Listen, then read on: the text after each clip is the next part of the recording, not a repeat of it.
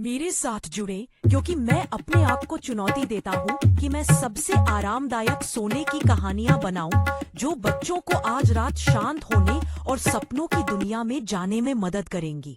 Support करने के लिए धन्यवाद। एक गांव में एक लालची कुत्ता रहता था।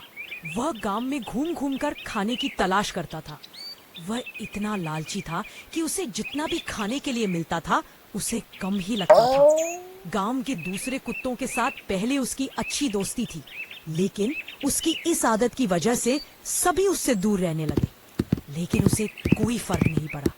उसे सिर्फ अपने भाजन से मतलब था। कोई ना कोई आते जाते उसे खाने के लिए कुछ ना कुछ दे ही देता था। उसे जो खाने को मिलता उसे वो अकेले ही चट कर जाता। एक दिन उसे कहीं से एक हड्डी मिल गई। हड्डी को देखकर उसकी खुशी का ठिकाना न रहा। उसने सोचा कि इसका आनंद तो अकेले ही लेना चाहिए। यह सोचकर वो गांव से जंगल की ओर जाने लगा। रास्ते में वह पुल के ऊपर से नदी पार कर रहा था। तभी उसकी नजर नीचे नदी के ठहरे हुए पानी पर पड़ी। उस समय उसकी आंखों में सिर्फ हड्डी का लालच था। उसे यह भी पता नहीं चला कि नदी के पानी में उसका ही चेहरा नजर आ रहा है। उसे लगा कि नीचे भी कोई कुत्ता है जिसके पास एक और हड्डी है। उसने सोचा कि क्यों ना उसकी भी हड्डी छीन लूं तो मेरे पास 2 हड्डियां हो जाएंगी। फिर मैं एक साथ 2 हड्डियों के मजे से खा सकूंगा।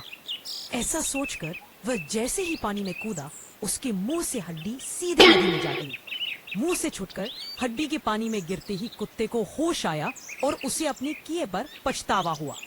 कहानी से सीख। इस कहानी से हमें ये सीख मिलती है कि हमें कभी भी सपोर्ट करने के लिए धन्यवाद।